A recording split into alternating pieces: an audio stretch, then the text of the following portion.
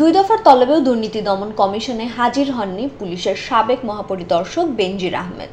গতকাল অবৈধ সম্পদ অর্জনের অভিযোগে অনুসন্ধানের অংশ হিসেবে জিজ্ঞাসাবাদের জন্য সংস্থাটির প্রধান কার্যালয়ে আসার কথা ছিল তার। ওয়ালটন ফ্রিজ কিনে অনেকের মতো আপনিও হয়ে যেতে পারেন মিলেনিয়াল। সেরা পণ্যের সেরা অফার। দুদকে হাজির না হলেও সংস্থাটির চেয়ারম্যান মোহাম্মদ মঈনুদ্দিন আবদুল্লাহ বরাবর একটি চিঠি পাঠিয়েছেন বেনজির। চিঠি সম্পর্কে দুদক সচিব খোরশেদা ইয়াসমিন বলেন, বেনজির আহমেদ গত 21শে জুন দুদক চেয়ারম্যান বরাবর লিখিত বক্তব্য দিয়েছেন। এবারের চিঠিতে নতুন করে সময়ের আবেদন করেননি, বরং লিখিত বক্তব্যে তার অভিযোগগুলোর বিষয়ে ব্যাখ্যা দেওয়ার চেষ্টা করেছেন। খোরশেদা ইয়াসমিন সাংবাদিকদের আরও বলেন, অভিযোগ সংশ্লিষ্ট বিষয়ে বেনজিরের বক্তব্য প্রদানের জন্য রোববারের দিন নির্ধারণ ছিল, কিন্তু তিনি যথাসময়ে উপস্থিত হবেন কিনা সে বিষয়ে কমিশনকে কিছু জানাননি।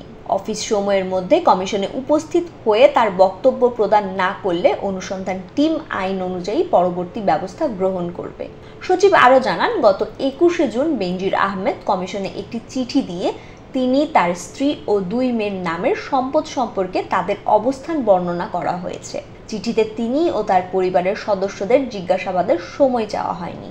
বিভিন্ন সূত্রের তথ্য অনুযায়ী বেনজির আহমেদ সপরিবারে বিদেশে রয়েছেন, এখনো দেশে ফেরেননি। দুদক সূত্রে জানা যায়, বেনজির ও তার পরিবারের সদস্যদের নামের জব্দ জমি বিক্রি, হস্তান্তর বন্ধে আদালতের আদেশের কপি সংশ্লিষ্ট জেলা রেজিস্ট্রার ও সংশ্লিষ্ট সাব রেজিস্ট্রারের কাছে পাঠানো হয়েছে। জমি অন্য কারো নামে যাতে নাম জারি না করা হয় সেজন্য আদালতের রায়ের কপি সংশ্লিষ্ট জেলা প্রশাসক ও এসিল্যান্ড অফিসে পাঠানো হয়। ফাহমিদা সৃষ্টি, মানবজমিন।